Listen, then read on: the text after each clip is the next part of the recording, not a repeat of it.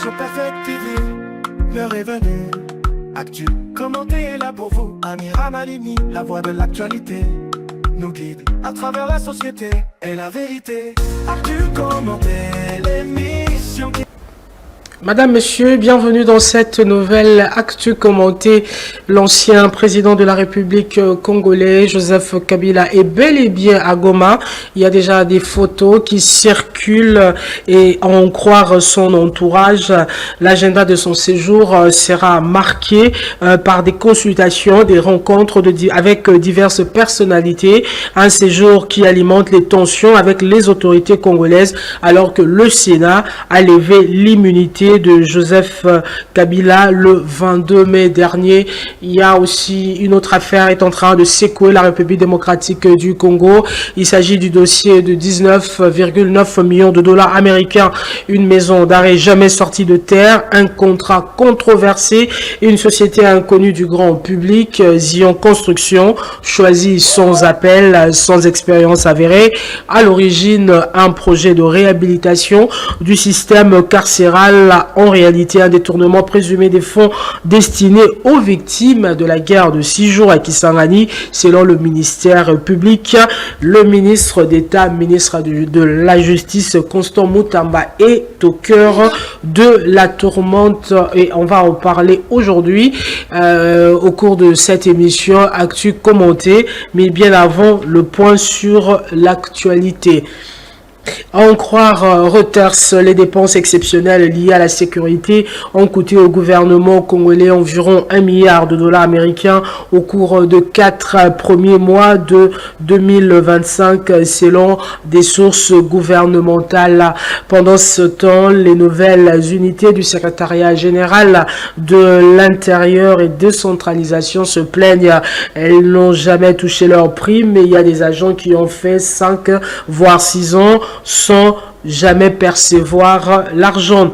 Moussa Nyamwisi propose un dialogue national sans exclusion, ouvert à toutes les forces politiques et sociales de la nation, avec comme priorité recouvrer l'intégrité du territoire national, restaurer la cohésion nationale, faire face aux urgences humanitaires, définir les mécanismes consensuels et efficaces d'une gouvernance apaisée et responsable devant baliser le chemin pour la tenue des élections crédible sur toute l'étendue de la République. En réaction à l'issue de ce dialogue, ils se partageront des postes et une fois qu'il ne sera plus aux affaires, il va retourner vers sa milice pour réactiver le chaos et solliciter un autre dialogue.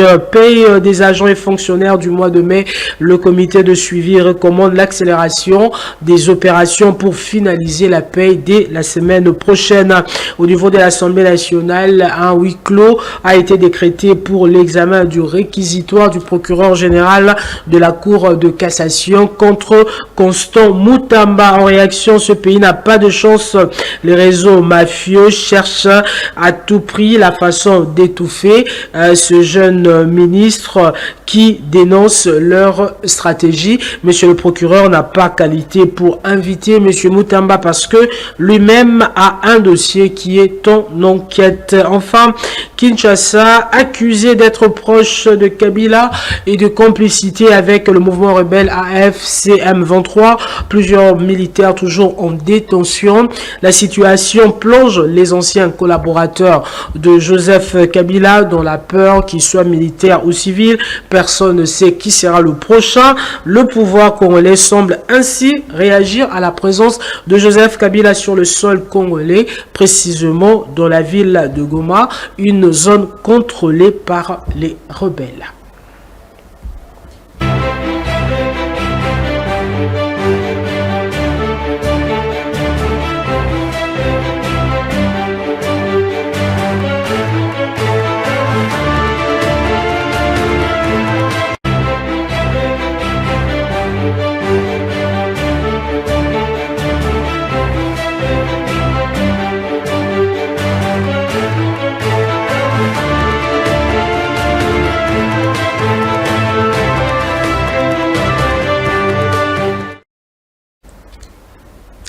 Joseph Kabila, ancien président de la République démocratique du Congo, longtemps silencieux, a finalement brisé le mutisme. Un discours sobre mais lourd de messages.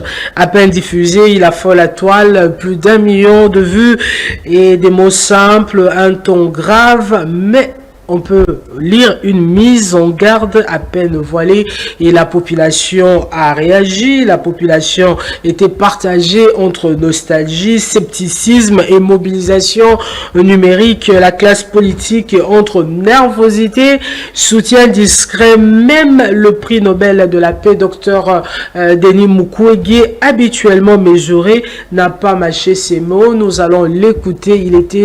Il était sur France 24.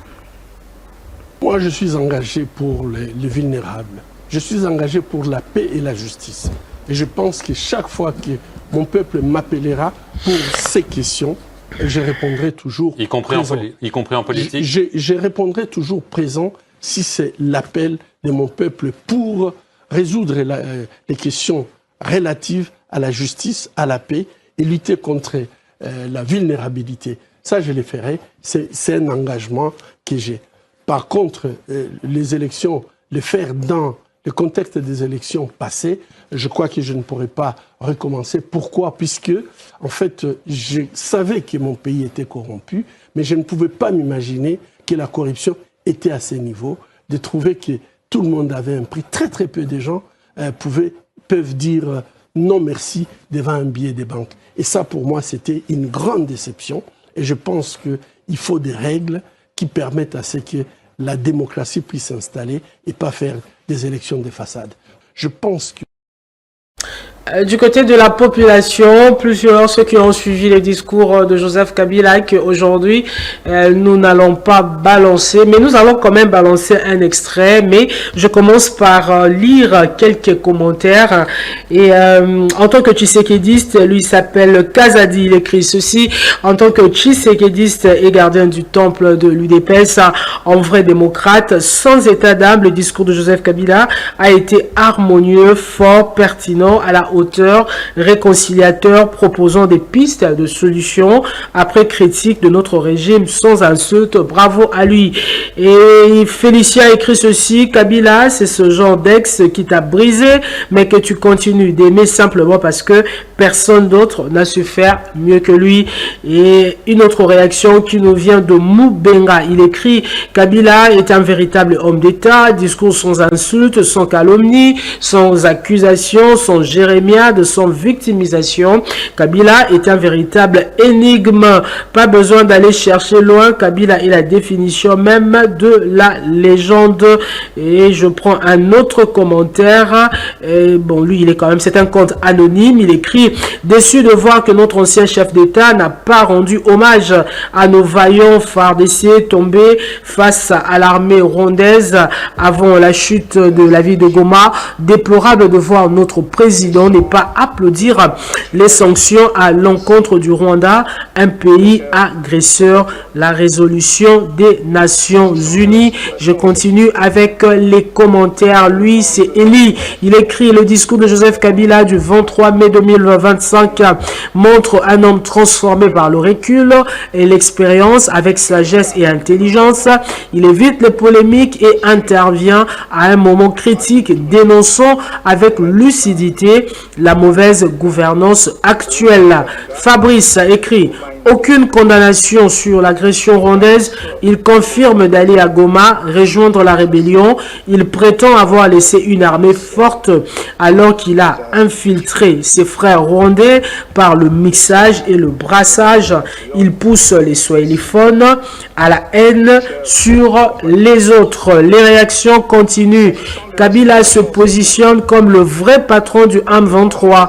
Kabila accuse le FARDC de collaborer avec le FDLR et groupes armés régionaux pour déstabiliser la paix dans la sous-région.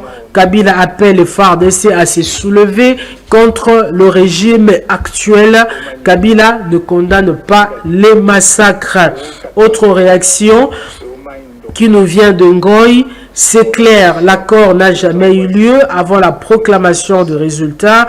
Joseph Kabila, dans son discours, a dit « J'avais, dès l'avènement au pouvoir du chef d'État actuel, conclu avec lui un accord donnant naissance à la coalition entre nos forces politiques respectives. » Je prends les deux derniers commentaires avant de retourner du côté de la régie. Il appelle à l'unité des Congolais autour de la Constitution et du pacte de Sun City pour sauver le pays.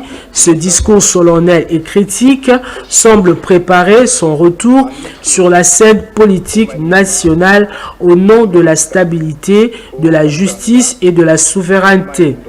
Kabila a juste fait le bilan de Félix Tshisekedi et il prétend être le pacificateur.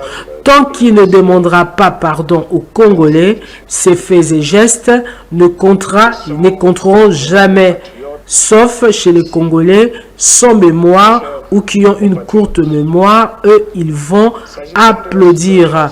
Et enfin, Kabila déplore la destruction de l'unité nationale, l'effondrement des acquis de 2019 et la précarité croissante des citoyens. L'ancien président se positionne comme un patriote inquiet, prêt à contribuer à la refondation de l'État. Nous allons du côté de la régie. Et régie, aidez-nous avec le deuxième élément du docteur Denis Mukwege, qui a suivi attentivement le discours de Joseph Kabila et il n'est pas du tout d'accord dans son ensemble. Sa déclaration m'avait tout à fait déçu, puisque je crois qu'après ce qui s'était passé en 2018, où nous savons très bien que c'était un deal à l'africaine, comme l'avait dit le ministre des Affaires étrangères française, M. Le Drian. Ces deals, on ne nous a jamais dit en réalité, il s'agissait de quoi? Nous savons que ce n'est pas Félix Tshisekedi qui avait gagné les élections. Nous savons que M. Kabila a choisi en fait son successeur. Et aujourd'hui, il revient en disant, voilà, j'avais fait une passation pacifique du pouvoir, maintenant je vais le reprendre. Et quand vous lisez les discours, vous voyez très bien qu'il vient, comme vous l'avez dit, il est prêt à faire un sacrifice suprême pour reprendre le pouvoir. Moi, je me dis, c'est quelle façon d'agir? Est-ce que le Congo appartient à des individus? Ils devraient d'abord présenter les excuses aux Congolais, parce que je crois que ce qui s'était passé n'était pas normal, que le peuple vote et que vous décidez de faire un deal. Deuxièmement, je pense qu'il devrait expliquer au peuple congolais quel était le contenu de cet accord qu'il a fait avec Félix Tshisekedi. Il dit qu'il le fera après, mais c'est maintenant, c'était l'opportunité de pouvoir expliquer. Et je pense qu'il décrit ce qu'il avait fait de très très brillant, mais moi j'ai beaucoup de questions par rapport à son bilan. Le bilan qu'il attribue à son successeur. Il parle de dictature, de tyrannie. Bon, je crois qu'il y a beaucoup de choses qui sont vraies dans sa description, même s'il y a de petites exagérations, mais il devrait aussi assumer ces bilans désastreux, c'est lui qui a choisi et il nous a jamais dit pourquoi, et probablement que Félix Tshisekedi, il faisait tout simplement le programme qu'on lui a demandé de faire, puisque moi je ne vois pas beaucoup de différence entre ce que Kabila faisait et ce que Félix est en train de faire. Il est vrai que la corruption a pris quand même des dimensions très très inquiétantes pendant ses pouvoirs. Joseph Kabila, en séjour à Goma, depuis la nuit de dimanche au 25 mai, le président honoraire de la RDC a entamé, depuis le mercredi 28 mai 2025, une série de consultations citoyennes dans les chefs-lieux de la province du Nord Kivu, cette ville qui est assiégée par les rebelles. C'est là où se trouve actuellement Joseph Kabila. Et en réaction, si je peux lire cette réaction, Félix, ça c'est c'est Mampuya qui écrit Félix Tshisekedi avait donc raison d'accuser Kabila d'être patron du M23 et Kabila cherche à redevenir l'arbitre silencieux du chaos congolais. Je continue. Selon un communiqué officiel rendu public mardi, les consultations faites par Joseph Kabila visent à recueillir les préoccupations et propositions de différentes forces vives de la nation face aux défis actuels que traverse le pays. Aucune précision n'a encore été donnée sur la durée et le format exact de ces échanges, mais l'ancien chef de l'État semble vouloir s'inscrire dans une dynamique d'écoute des citoyens à un moment où la RDC est confrontée à des enjeux sécuritaires, politiques et socio-économiques majeurs. La population, toutefois, ce retour sur la scène politique de Joseph Kabila suscite déjà des réactions contrastées, notamment dans un contexte où le Sénat vient à peine de lever ses immunités parlementaires à la demande du procureur général de la haute cour militaire. Donc nous allons un peu rappeler les griefs retenus contre Joseph Kabila par l'auditeur général de l'armée. Il s'agit du général Lucien René Likulia Bakumi, voilà, c'est de lui qu'il s'agit. Nous allons un peu rappeler différents griefs. Le rapport de l'auditeur a commencé par des enquêtes contre Joseph Kabila. C'était bien avant l'instruction du ministre de la Justice. Donc l'homme que vous voyez, c'est le général Likulia. Il affirme disposer déjà d'un faisceau de preuves et il évoque le fait que Joseph Kabila s'était déjà rendu à Goma, mais aussi dans des pays qu'il qualifie d'hostiles. Il dit détenir des preuves supplémentaires en lien avec ses déplacements, des preuves que jusque-là il n'a pas encore détaillées parce que, dit-il, elles sont couvertes à ce stade par le secret de l'instruction. L'auditeur général Likulia accuse également Joseph Kabila d'avoir apporté un soutien financier à l'AFC M23. L'auditeur précise que des investigations sur ces flux financiers sont en cours, mais là encore, les éléments restent couverts par le secret de l'instruction. Oui, ce rapport révèle encore que outre la participation à un mouvement insurrectionnel, l'auditeur dit détenir des preuves de soutien à un projet de renversement des institutions constitutionnelles, donc en collision avec une puissance étrangère, notamment le Rwanda. À ce propos, une source gouvernementale s'appuie sur le fait que Joseph Kabila a placé dans ses 12 engagements le fait, avait-il dit, de mettre fin à la dictature, mieux à la tyrannie. Donc plusieurs sources politiques et judiciaires congolaises ont d'ailleurs confirmé encore lundi qu'un procès sera bientôt organisé. Donc le procès sera organisé. Ça, c'est une confirmation de sources politiques et judiciaires congolaises. Ok, d'abord on a levé les immunités de Joseph Kabila parce qu'il y avait une rumeur de sa présence dans la ville de Goma. Maintenant, ce n'est plus une rumeur. Il est là et il y a les photos qui témoignent lui-même dans son discours, les discours qu'il a tenus récemment. Il a affirmé, il avait annoncé qu'il allait se rendre dans la ville de Goma. Et après avoir annoncé, et il s'est rendu en personne, il est là, il a déjà commencé les consultations. Mais du côté du gouvernement, plusieurs sources politiques et judiciaires avaient parlé déjà du procès. Il y aura un procès qui sera organisé contre Joseph Kabila. Est-ce que l'issue de ce procès sera le même que pour Corneille Nangaa et les autres? Ça, en tout cas, on le saura dans le tout prochain jour. Mais on continue quand même avec quelques réactions avant Et avant de retourner du côté de la régie, lui, il s'appelle Chilumba. C'est quelqu'un qui a suivi aussi le discours de Joseph Kabila. C'était un discours plutôt, excusez-moi, de 45 minutes. Mais ici, au cours de notre émission, on va balancer juste quelques secondes. Mais on commence par les réactions. Fachi avait mille occasions, il s'appelle Chilumba, avait mille occasions de nous faire oublier Kabila. Mais le changement promis, c'est-à-dire le peuple d'abord, était un échec.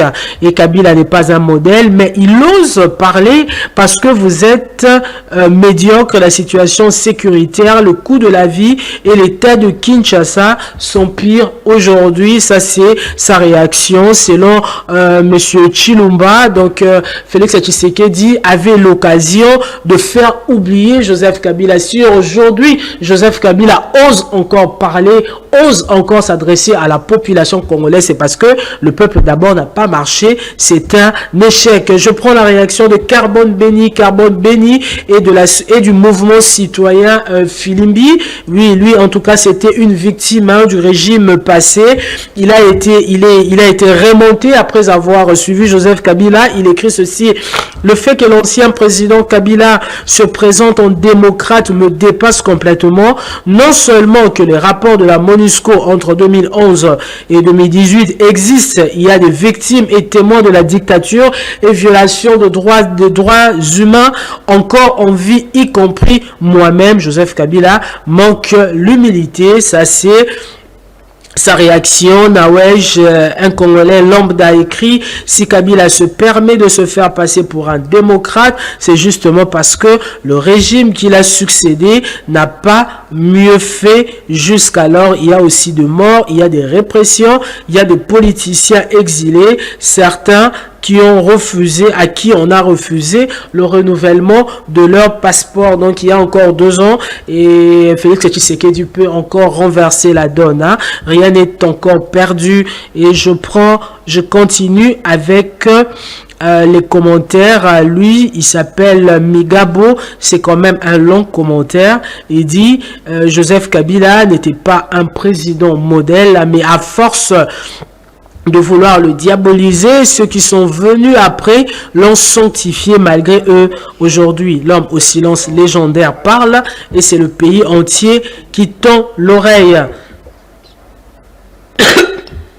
Son discours du 22 mai posé digne, sans rancune, sans règlement de compte. Il aurait pu dénoncer l'acharnement, les violations de ses droits, les humiliations. Il a préféré parler du Congo. Voilà. Quand l'ancien président fait preuve de retenue, pendant que les actuels s'enfoncent dans les slogans, il faut savoir lire entre les lignes. Un discours, lui c'est Umba qui écrit, c'était un discours que le peuple congolais attendait, ça nous a vraiment réconforté. Hein?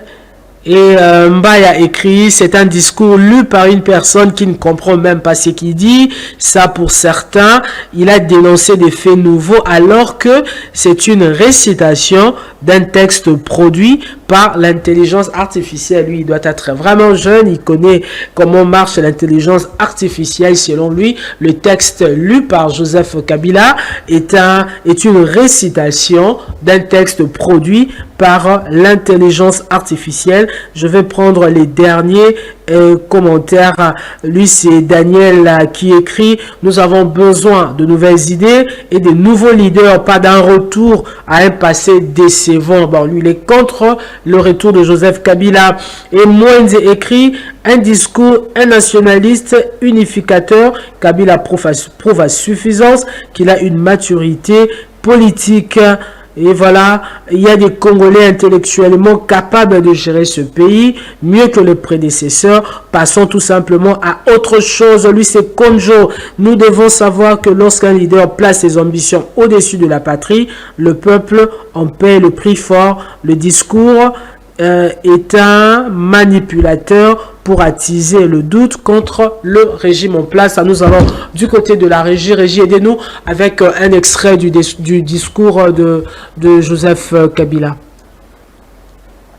Mes chers compatriotes, s'agissant de la situation sécuritaire, dans les grandes agglomérations comme dans nos campagnes, elle est partout plus que préoccupante.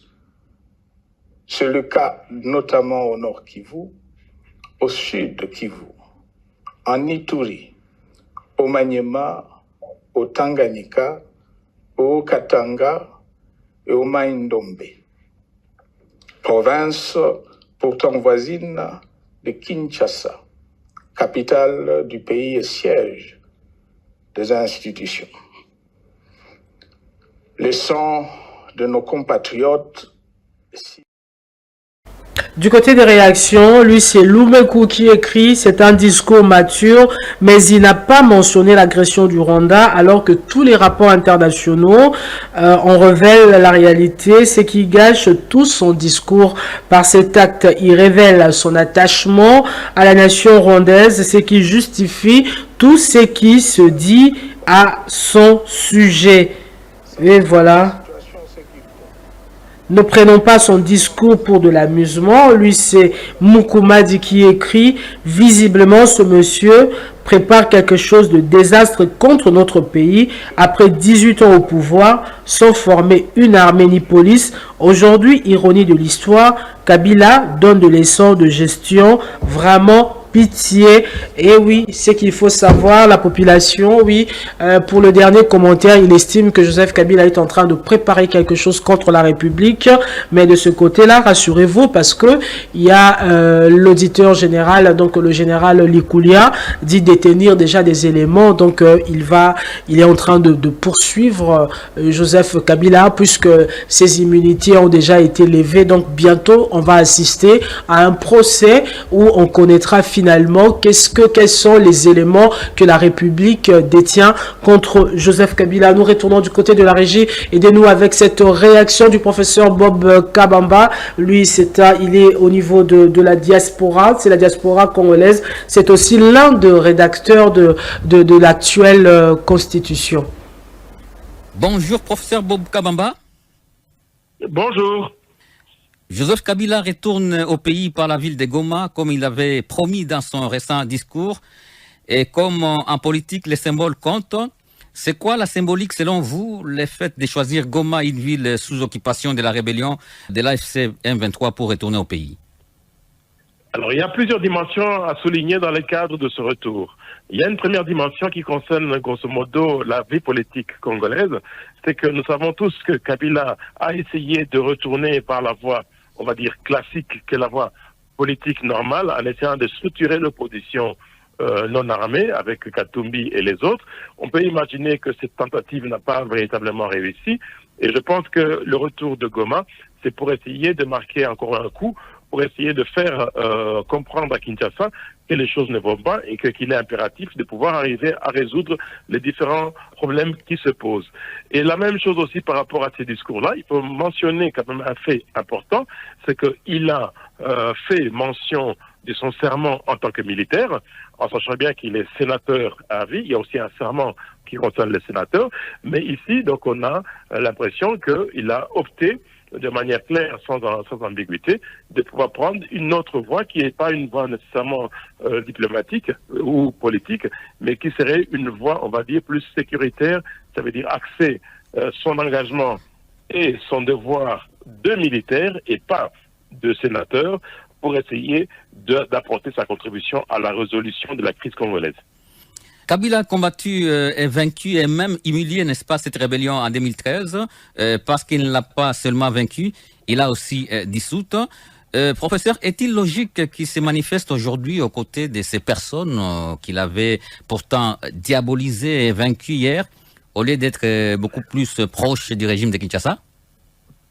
Parce que tout simplement, je pense que comme nous savons tous que le problème lié à l'émergence du M23 à nouveau ne concerne pas uniquement, on va dire, les engagements et les luttes qui ont été déjà menées préalablement, ce qui veut dire que le problème à l'origine du M23, CNDP, colonel Moutebousi, ne sont pas résolus.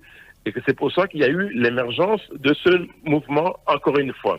Et je pense que s'ils essayent d'aller les rencontrer, c'est pour revenir, entre guillemets, à la dynamique qui a déjà prévalu depuis quand même plusieurs années, où il était question de pouvoir discuter et en fonction des discussions et de tracter les pistes et les voies de solutions pour résoudre définitivement ces conflits qui, quand même, on doit avouer, perturbent l'espace politique et le débat politique congolais depuis maintenant quand même plusieurs décennies et pas 30 ans comme je l'entends souvent dans les médias, mais ça dure depuis les années 70. Et beaucoup se posent la question de savoir c'est quoi la carte que joue Joseph Kabila aujourd'hui. À votre avis, ça peut être quoi la carte que joue Joseph Kabila? Est-il le véritable chef de cette rébellion de l'AFC M23 ou cette guerre est plutôt une opportunité dont il veut se saisir, n'est-ce pas, avec espoir de revenir au pouvoir? Alors, c'est une bonne question que vous posez. Je pense ici, sincèrement, c'est que c'est une façon de se faire entendre à Kinshasa. Parce que la voie politique, apparemment, ne semble pas marcher, d'autant plus que plusieurs opposants sont soit contraints à l'exil, d'autres qui sont en prison. Or, la seule façon de se faire entendre à Kinshasa, puisque Kinshasa accepte de discuter avec les M23 qu'il avait dit qu'il n'allait jamais discuter avec eux à Doha, ça veut dire que c'est l'option militaire qui semble faire accepter que Kinshasa puisse écouter ce qui ne marche pas en RDC. Et de cette façon-là, en allant à Goma, je pense que c'est une façon pour Kabila de dire à Kinshasa, écoutez ce que j'ai à vous dire parce que je suis à Goma. C'est quoi la leçon qu'on peut tirer de cette attitude que Kabila semble afficher aujourd'hui dans un contexte de guerre? Dans un contexte de guerre, c'est-à-dire pourquoi lever l'option sécuritaire et pas l'option politique? Pour la bonne et simple raison que Kinshasa, en acceptant de négocier à Doha et de ne pas négocier par rapport à l'initiative qui est proposée par la CENCO et l'ECC, Kinshasa envoie un message clair, sans ambiguïté, qu'ils préfèrent discuter avec ceux qui sont pris les armes et de ne pas discuter avec ceux qui n'ont pas pris les armes. En fait, c'est ça, la leçon qu'il faut tirer de ce qui est en train de se passer. Professeur Bob Kabamba, merci beaucoup. Passons maintenant à notre deuxième sujet. Il s'agit du détournement présumé de 19,9 millions de dollars américains. Donc, Mutamba, Constant Mutamba, est-ce qu'il est coupable? Est-ce qu'il est innocent? Jusque-là, il n'y a pas encore de procès parce que le procureur Firmin Vondé a été auditionné au niveau de l'Assemblée nationale. Il y a une commission spéciale vraiment qui a été mise en place. C'était pour écouter, pour entendre un peu Firmin Vondé en rapport avec les griefs retenus contre Constant Mutamba, et nous allons vous faire quand même un petit résumé. Le procureur général après la cour de cassation, Firmin Vondé, a été auditionné, c'était le 27 mai 2025 par la commission spéciale de l'Assemblée nationale. Cette audition vise à éclairer les députés sur le réquisitoire sollicitant l'autorisation des poursuites contre le ministre d'État à la justice Constant Mutamba qui est soupçonné de détournement. Donc ça c'est ça ce que vous voyez. Vous voyez Constant Mutamba, il est là. Il y a aussi le procureur Firmin Vondé et puis il y a le membre de la commission, ce sont des députés. Il y a en rapport avec un détournement présumé, qu'est-ce qui a été dit? Une somme de 19,9 millions de dollars américains issue du fonds Frivao, donc c'était pour l'indemnisation des victimes de la guerre de 6 jours à Kisangani. Alors cette somme a été versée à la société Zion Construction SRL. La société a reçu le paiement sans respecter les procédures légales en matière de marché public et le contrat a été signé après la demande d'approbation, ce qui est illégal. Voilà, ça c'est ce que Firmin Vondé a démontré, a expliqué aux différents députés qui font partie de la commission. Il a aussi relevé ceci. Le paiement a été effectué sans avis de non-objection préalable de la DGCMP.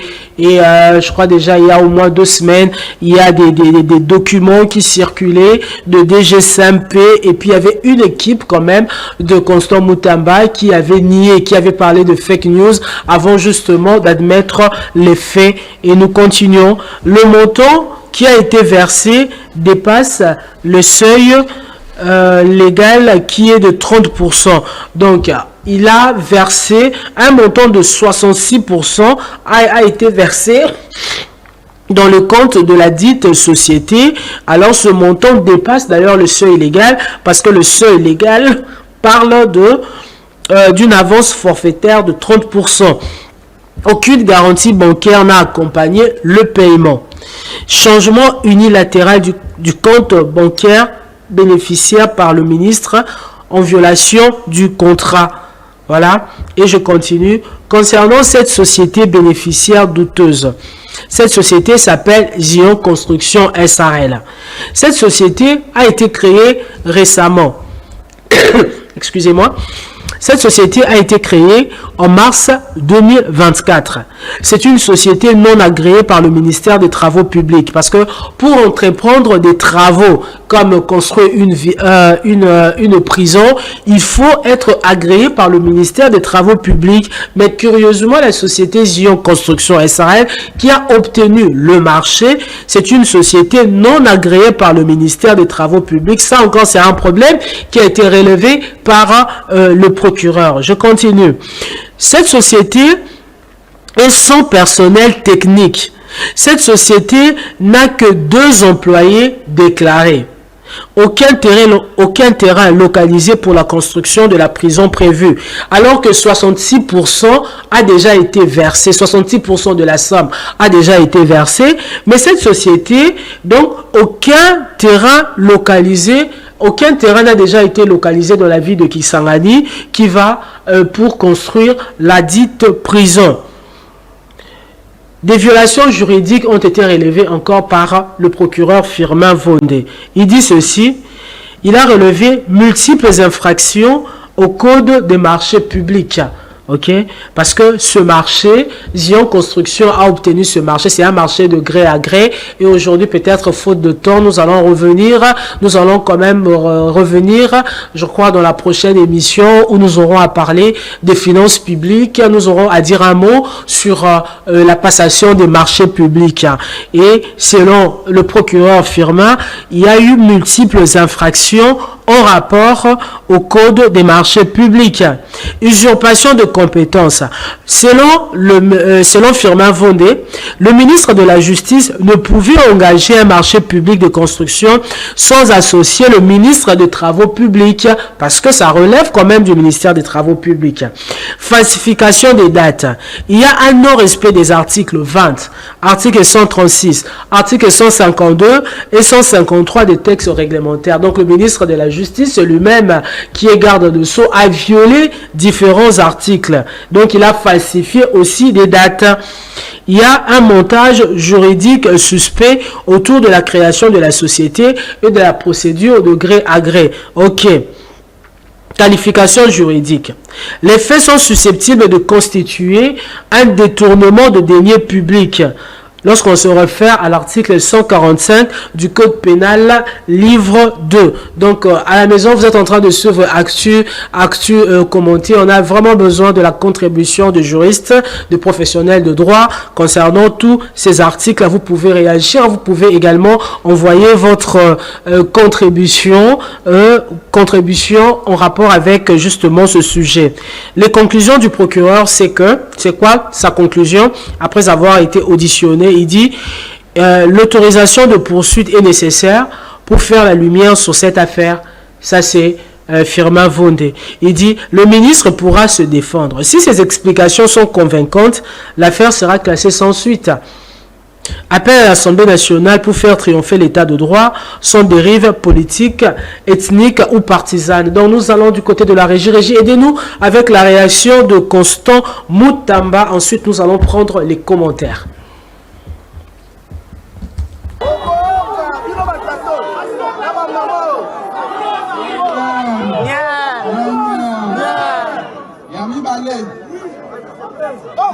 Le Premier ministre, voilà. Depuis le 1er avril, la commune unanime,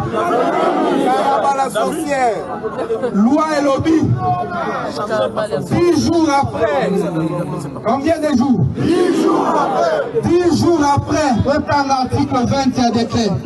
Il y a manuel la procédure. Voilà.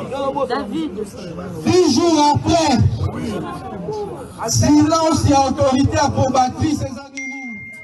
accord, les autorisations.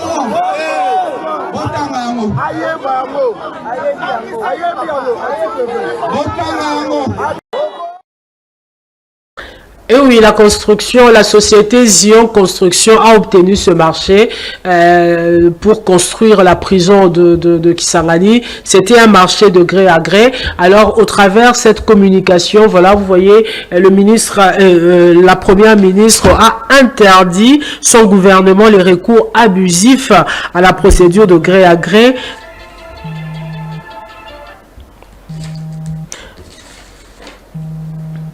La première ministre a interdit à son gouvernement le recours abusif à la procédure de gré à gré dans le cadre de la passation des marchés publics. Ça, c'est la décision de la première ministre.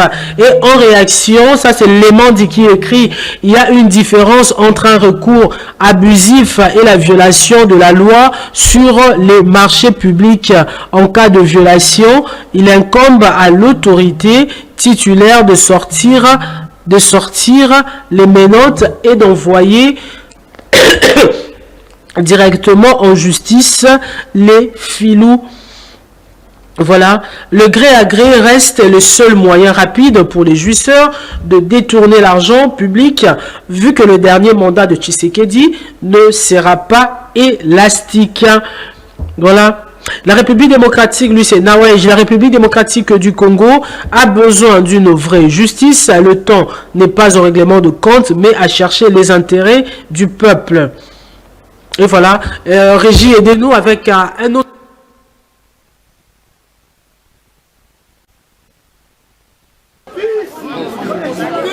Mbongo Bazoloba, Nakuta Mbongo Wana. Ça fait une année na touché na Mbongo Wana te. Ça fait une année. Bango Baïba 17 millions de dollars na Mbongo. Baïba combien? 17 millions. Baïba combien? 17 millions. Baba Kanga Bango. Ami protégeante Bango. Baba Nakina Nukoloba.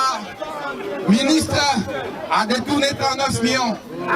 Bango Moko et comité a détourné 29 millions. Bango Moko et comité a 19 millions. Bango Moko et comité a 9 millions. Si Bango Moko a détourné le côté.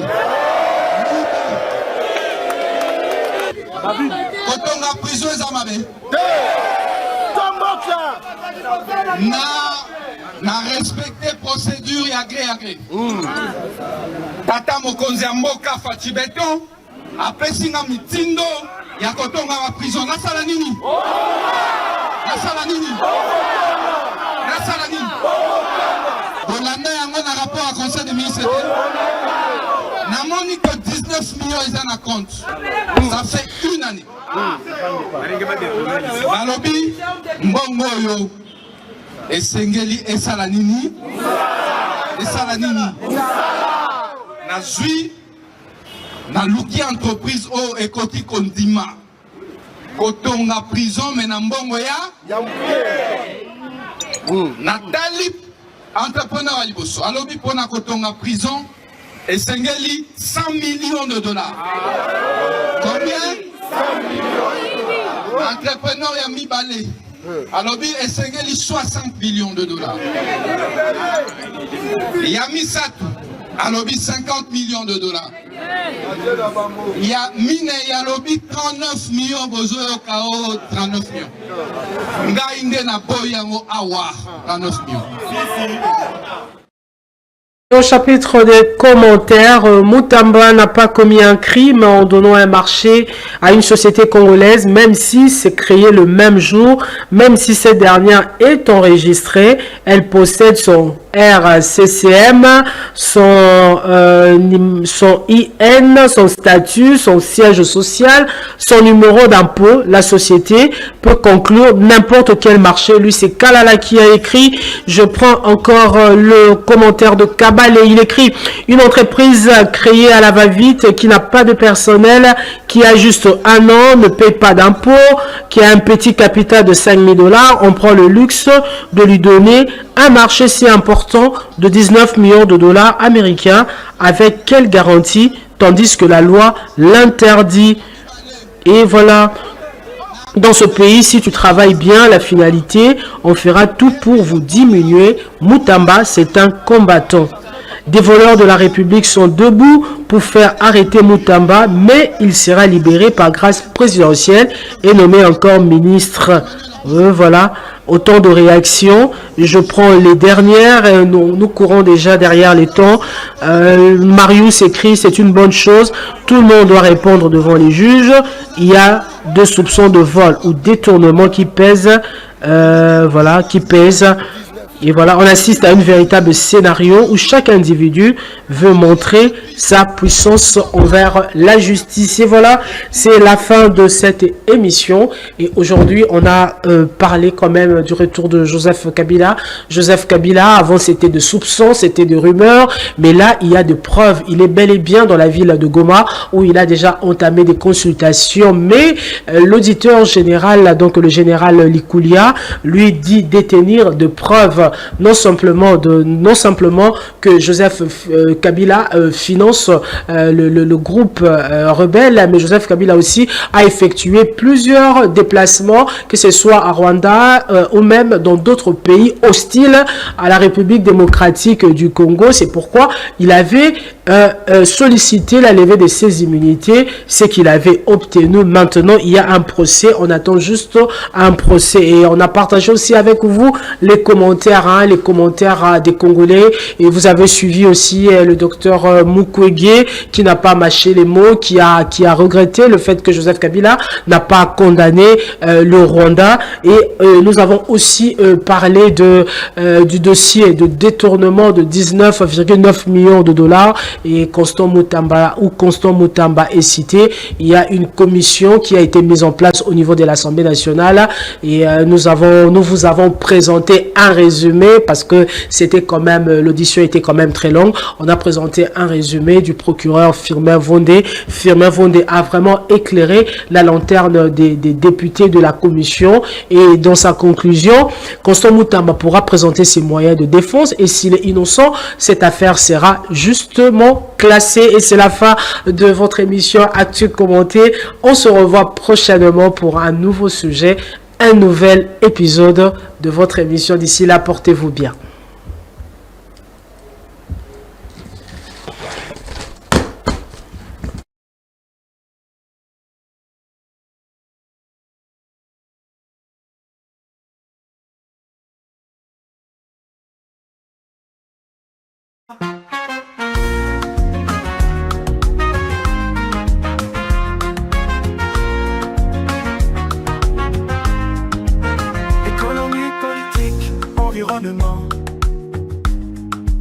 Chaque sujet est traité avec engagement. Pour un développement durable, nous discutons avec Amira Malini. Les questions se posent, les réponses se font.